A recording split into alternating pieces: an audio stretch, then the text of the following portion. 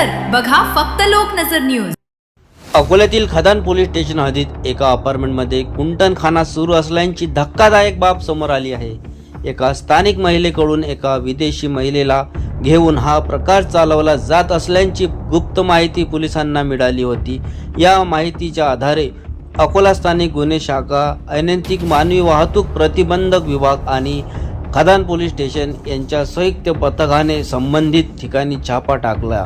या कारवाई दरम्यान एक इसम आणि 2 महिलांना ताब्यात घेण्यात आले आहे।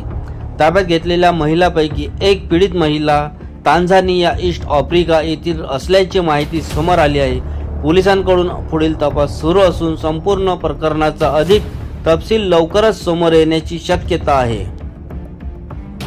आज पोलीस स्टेशन खदान हद्दीमध्ये एका अपार्टमेंटचे खालतळमधल्या अपार्टमेंटमध्ये एक महिला व तिच्या साथीदार त्या ठिकाणी कुंटणखाना चालवत असून विदेशी महिलेला तिथे आणून त्यांच्याकडून ही देह विक्रीचा व्यवसाय करून घेत असल्याची माहिती मिळाली। त्या माहितीवरून आम्ही सोबत स्थानिक गुन्हे शाखेचे API विजय चव्हाण, ASTUच्या DPI कविता भोसे मॅडम या सर्वांची एक टीम तयार करून जिल्ह्याचे जिल्हा पोलीस अधीक्षक आदरणीय अर्चित चांडक सर, अपर पोलीस अधीक्षक आदरणीय रेड्डी सर, SDPO आदरणीय पाटील सर यांच्या मार्गदर्शनाखाली आम्ही सापळा रचला।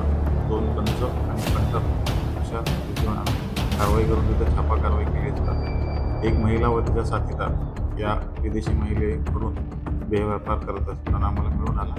त्या दोघी आरोपींना आम्ही ताब्यात घेतलेल्या आणि त्या पीडित महिलेची आम्ही त्यांच्याकडून सुटका केली असून त्यांच्यावर गुन्हा दाखल करून पुढील कारवाई करीत